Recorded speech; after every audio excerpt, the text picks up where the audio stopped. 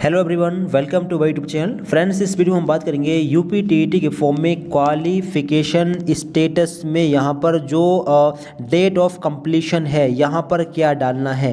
काफ़ी स्टूडेंट्स को यहाँ पर प्रॉब्लम सामने आ रही है कि डेट ऑफ कंप्लीशन में क्या डालें, एक्सपेक्टेड डेट। तो यहाँ पर आप बहुत ध्यान समझ लें, सभी को बताएंगे जो बीएड में हो, डीएलएड में हो या बीए बीएड कर रहे हो 4 ईयर इंटीग्रेटेड कोर्सेज, या बीएससी बीएड या बीएलएड कर रहे हो, जो इस समय परसुइंग में है, जिनका कंप्लीट नहीं हुआ है ट्रेनिंग सर्टिफिकेट, वो लोग कैसे अपना फॉर्म फिल करेंगे, कैसे एक्सपेक्टेड डेट डालेंगे। यहाँ पर समझ लीजिए, पहले बात कर लेते हैं कि फर्स्ट ईयर वालों की। आप लोगों को पहले तो क्वालिफिकेशन स्टेटस में परसुइंग लेना है, ठीक है। यहाँ से परसुइंग वाला ऑप्शन सेलेक्ट करेंगे। इसके बाद में आप लोगों को ईयर बताना है कि कौन सा ईयर में है। आप लोग ईयर में जाएंगे, अगर पहले या दूसरे सेमेस्टर में हो तब भी फर्स्ट ईयर में है, अगर एनुअल पैटर्न से फर्स्ट ईयर में हो तो फर्स्ट ईयर में है।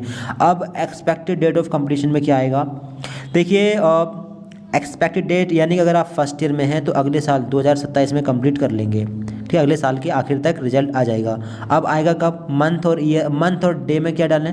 तो देखिए फॉर एग्जांपल मान लीजिए आपके एग्ज़ाम खत्म हो गए जून के लास्ट में, ठीक है, जून के लास्ट में खत्म हो गया एग्ज़ाम, तो जुलाई और अगस्त को स्किप कर दें और सितंबर की कोई भी डेट डाल लें, क्योंकि एग्ज़ाम खत्म होने के लगभग 1.5 से लेकर 2 महीने के बाद में आता है रिजल्ट।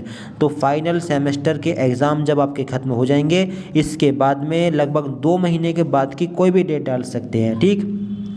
जून के लास्ट में एग्ज़ाम खत्म हो गए तो जुलाई अगस्त स्किप कर दें, सितंबर की कोई डेट डाल दें, आगे की ही डाल दें, 10 सितंबर डाल दें या 12 सितंबर 2027 डाल दें, अगर फर्स्ट ईयर में हो इस बार तब, ठीक है। क्योंकि फाइनल सेमेस्टर का जो रिजल्ट आता है वो डेट है वैलिड, वो डेट मानी जाती है, ठीक है, कि आपका कब कंप्लीट हुआ है, फाइनल सेमेस्टर हो, फाइनल ईयर हो। फर्स्ट ईयर की बात कर रहे हैं, जो स्टूडेंट्स फर्स्ट ईयर में हैं उनके एग्ज़ाम अगर मान लीजिए मई में ख़त्म हो गए, एग्ज़ाम मई के शुरू में शुरू हुए और मई के लास्ट तक खत्म हो गए, तो जून जुलाई स्किप कर दीजिए, अगस्त में कोई भी डेट डाल दें, क्योंकि लगभग 2 महीने का टाइम लग जाए, कम से कम बता रहे हैं 2 महीने का टाइम लग जाता है रिजल्ट आने में। फिर भी आप बाद की ही डेट डालें, पहले की डेट न डालें, 2.5 महीने के लगभग आप बाद की डेट डाल दें, जब जिस डेट को आपके एग्ज़ाम खत्म हुए हैं, ठीक है। एक्सपेक्टेड डेट है ये, इसमें गलती की गुंजाइश नहीं है, ना हो गलती नहीं होगी, आप बाद की ही डेट डालिएगा। 2.5 महीने या लगभग 3 महीने के आसपास की डेट डाल दें, 2.5 महीने के आसपास की डेट, ठीक। अब ऐसे छात्र जो सेकेंड ईयर में हैं, जो या तो होंगे 4 सेमेस्टर में इस समय, क्योंकि ये सेमेस्टर कौन चल रहा है, ये चल रहा है जून सेमेस्टर में दूसरे, चौथे, छठे और 8वें और 10वें सेमेस्टर के एग्ज़ाम होते हैं, और एक होता है दिसंबर सेमेस्टर। तो दिसंबर सेमेस्टर में पहले, तीसरे, 5वें, 7वें सेमेस्टर के एग्ज़ाम होते हैं, स्पेशली एनईपी सिस्टम के तहत। बाकी कोर्सेज में भी लगभग यही सीन है। तो अब ये टाइम चल रहा है जून सेमेस्टर वाले एग्ज़ाम का, इस समय आप चौथे सेमेस्टर में होंगे या फिर दूसरे सेमेस्टर में होंगे। अगर आप सेकेंड ईयर में आ गए हैं, चौथे सेमेस्टर में हैं, तो आप इसी साल कंप्लीट कर लेंगे।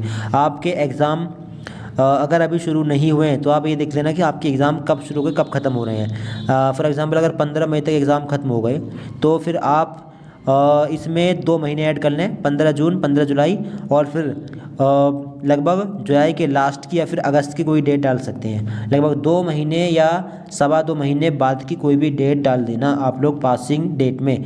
तो यहाँ पर अपना डे लेना 2 महीने के बाद का। अगर फर्स्ट ईयर में हो तो अगले साल 2027 में कंप्लीट होगा, और अगर सेकेंड ईयर में हो तो 2026 में ही कंप्लीट हो जाएगा, इसी साल, क्योंकि इस साल एग्ज़ाम खत्म होकर इस साल के आखिर तक रिजल्ट आ जाएगा। और अगर आप बीए बीएड कोर्स कर रहे हैं जो कि 4 साल का, और अगर आप फर्स्ट ईयर में हैं, बीए बीएड 4 साल वाला कोर्स कर रहे हैं, तो 2026 में तो इसी साल हो जाएगा आपका फर्स्ट ईयर, 27 में होगा सेकेंड ईयर, 28 में होगा थर्ड ईयर और 29 में होगा आपका फोर्थ ईयर।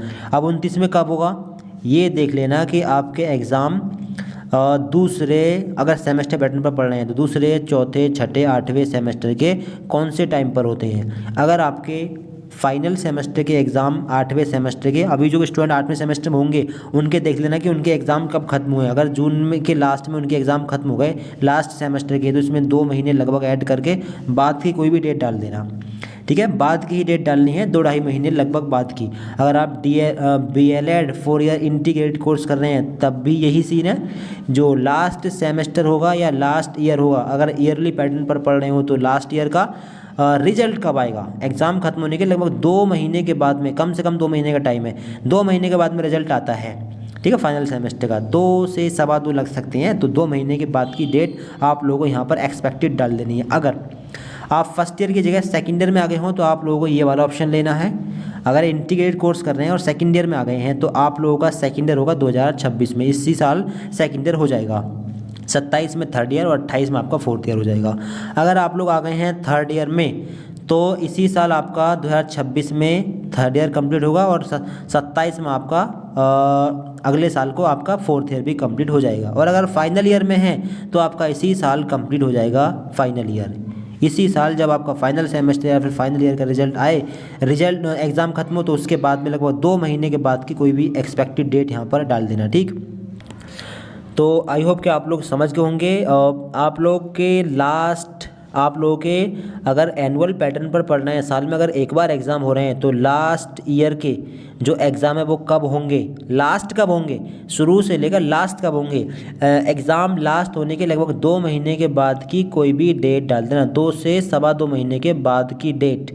ठीक है, क्योंकि जब आपका लास्ट सेमेस्टर का रिजल्ट आ जाएगा इसके बाद ही आप पास माने जाएंगे। ठीक है, तो लास्ट सेमेस्टर या फिर लास्ट ईयर के रिजल्ट डिक्लेयर्ड की डेट यहाँ पर आपको डाल देनी है। आई होप कि आप लोग समझ गए होंगे। बाकी ऑब्टेंड मार्क्स और मार्क्स ऑब्टेंड किसको डालने हैं इसके लिए हमने वीडियो बना भी दी है और समझा देते हैं दोबारा।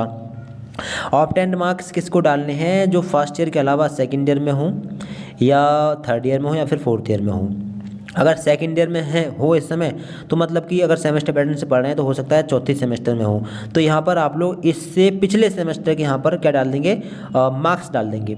अगर आप लोग सेकंड ईयर में आ गए हैं तो आप चौथे सेमेस्टर में होंगे। अब यहाँ पर तीसरे सेमेस्टर के मैक्सिमम मार्क्स यानी टोटल मार्क्स और मार्क्स ऑब्टेन फिल कर सकते हैं। यहाँ पर लिखा है please enter your last semester latest available marks.